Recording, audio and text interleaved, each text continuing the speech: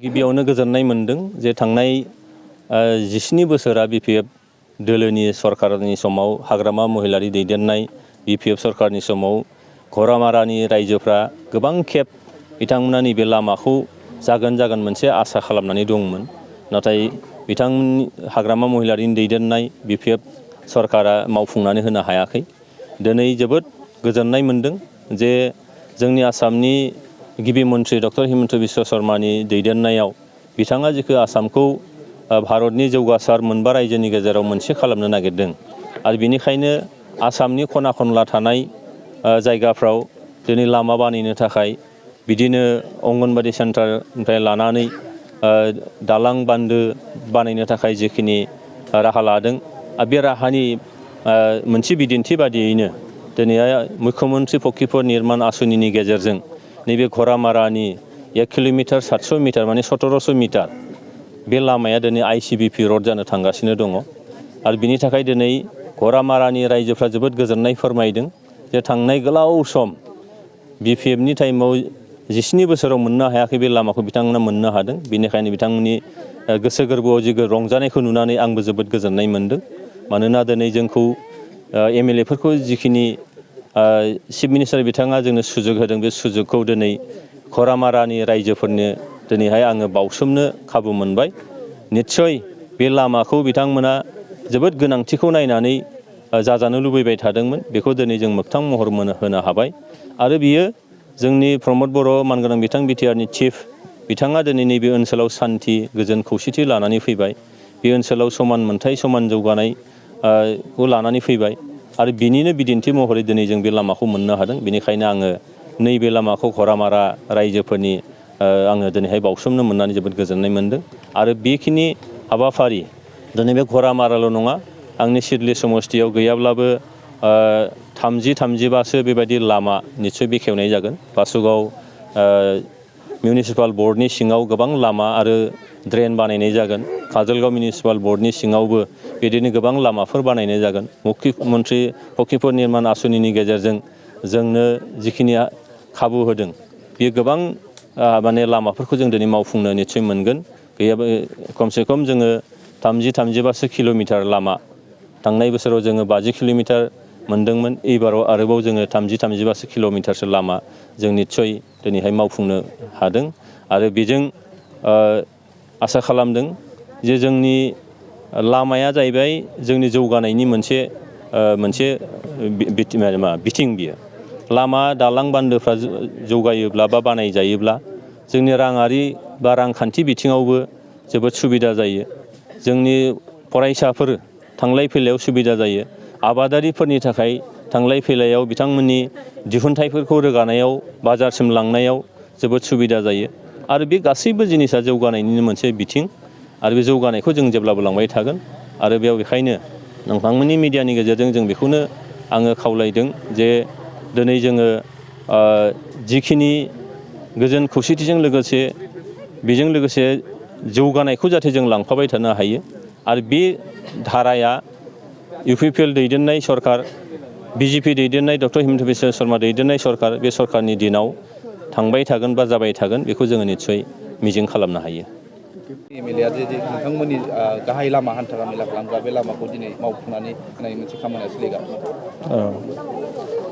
बेथ' बिराद मोनसे जोंनि गोबाव समनिफ्राय लुबैनानै थानाय माने गोनांथारानो माने गोबाव सम माने बिराद बयनिबो गोसोखौ माने खस्थ' होबोनाय दुखु होबोनायखौ जों दिनै बे सारनि अननायजों मोननो थांगासिनो थानायाव माने मा खोथाजों माने फोरमायनो बे खोथाखौनो मोनाखै आरो ओरैबायदि गोजोननाय मोनदों।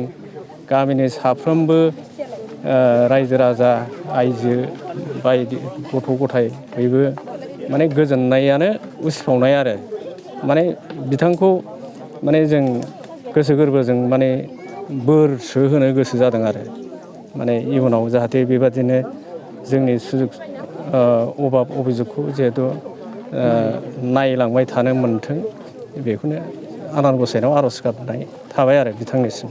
Thank you.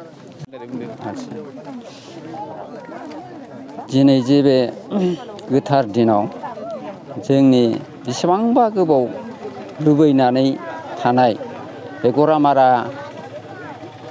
गामि लामाया पिसि ब्लक जानोसै बेखौ जों रायजोनि साफ्रोमबो सुबुङानो जोबोद गोजोननाय मोन्दों। माने जोङो दिनै ओरैबायदि मोन्दों माने बेसेबांबा बोसोर हास्थायनानैबो जों नुफेरै बुस्थुखौ जेनेबा दिंखिया बिबार मोननाय बायदि मोन्दों आरो जोङो दिंखिया बिबारा जेरै मोननो थाङा बेफोरखौ जों दिनै मोननाय बायदि मोन्दों आरो। दा सिगाङाव जों ओरैबायदि खस्थ'मोन माने गारि घरा लामा सामा थाबथालाबायनाय जेनेबा स्कुलफ्राव थाङोबा गारिफ्रा थाबथायो हाब्रुजों ओरैजों आरो दालांफ्रा बायो बेफोरखौ जों गामिनि मानसिफ्रा खुनुरुखुम बानायोमोन खिन्थु लं लास्टिं जाया माने एखमबा बिदिनो बायनानै बानायनाय लामाया दालाङा बायनानै माने ट्राफिक जाम जेनेबा थांनो हायि बेफोर खस्थ' मोनोमोन आरो। दा इयुनावबो जाहाथे बिथां MLA नि अननायावनो जाहाथे आरोबाव माखासे गोनां लामाफोर दङ जेनेबा बै दुब्लियाव थांनाय मोनसे लामा दं बियो ओरैबायदि अबस्था जानानै दं दा थांनाय बोसोराव दैज्लाङाव माने औवा थुफबनानैसो खुनुरुखुम सोलिनाय जादों। ओमफ्राय बे लामाया आगोल समफ्राव बायबाय थायोमोन दा थांनाय बोसोराव खुनुरुखुम लाखिनाय जाहैदों आरो बायोबा ओरैबायदि उसुबिदा माने माइ गायनो थांनाय हिनजावफोर बा माबाफ्रा ओरैबायदि दख'ना फिसिनानै माने बारनांगौ जायो दै बारसोमनानै थांनांगौ जायो। दा बेफोरखौबो जोंनि बे 31 कनस्टिटिउन्सि MLA बिथाङा जाहाथे नाहरो थिग खालामो बेखौबो आं आर'ज गाबनाय थाबाय। ধৰিছোঁ আৰু সেইখিনি অলৰেডি চেংচন হৈ আহিছে এইখিনি কামো আমি কৰিবলৈ গৈ আছোঁ। 25টা তেনেকৈ মঠ মন্দিৰৰ গীৰ্জা বা তেনেকৈ মছজিদৰ কামটো আমি কৰিম আৰু আমাৰ অলৰেডি 40টা আকৌ অংগনবাড়ী মডেল অংগনবাড়ী চেণ্টাৰ আমাৰ চিডলি সমষ্টিত নিশ্চয়কৈ আহিব বা প্ৰত্যেকটা সমষ্টিতো আহিব এইখিনিও আমি কৰিবলৈ গৈ আছোঁ। আৰু এনেকৈ আমাৰ যিটো সমমৰ্যাদা সমবিকাশ সম উন্নয়নৰ কথা কৈছে তাত জাতি জনগোষ্ঠীৰ কথা নাই আৰু তাত কোনোবা জাগাত দিব লাগে নেলাগে তেনেকৈ নাই। আমি সম দৃষ্টিৰে সম মৰ্যাদা দিয়ে আমি কামটো কৰিবলৈ লৈছোঁ। দেখা গৈছে যে প্ৰমোদ বড়ো নেতৃত্বাধীন আমাৰ BTR চৰকাৰ আৰু অসমৰ ডক্টৰ হিমন্ত বিশ্ব শৰ্মাৰ নেতৃত্বাধীন চৰকাৰে ৰাইজৰ লগত আছে। সম মৰ্যাদা সমবিকাশ তেখেতসকলৰ নেতৃত্বত আমি দেখিবলৈ পাইছোঁ।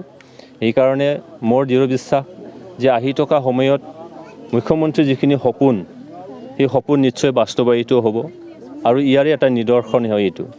তো এইকাৰণে ভাল লাগিল যে ইমান দিনে BPF কৰিব নোৱাৰা কামখিনি আজি আমাৰ UPPL দলৰ ফালৰ পৰা অসম চৰকাৰৰ ফালৰ পৰা BTR চৰকাৰৰ ফালৰ পৰা এইখিনি কৰিবলৈ সক্ষম হৈছে। আশা ৰাখিছোঁ ৰাইজে বহুত উৎফুল্লিত আজি যে তেখেতসকল যোৱা 17টা বছৰত পক্ষী ৰাস্তা তেখেতসকল দেখিবলৈ পোৱা নগৈছিল আৰু কৰিম বুলি প্ৰতিশ্ৰুতি বহুত দিয়া হৈছিল কিন্তু সেইখিনি পূৰণ হোৱা নাই। আজি তেওঁলোকৰ আশা মনোবাঞ্ছা আজি পূৰণ হ'বলৈ গৈ আছে।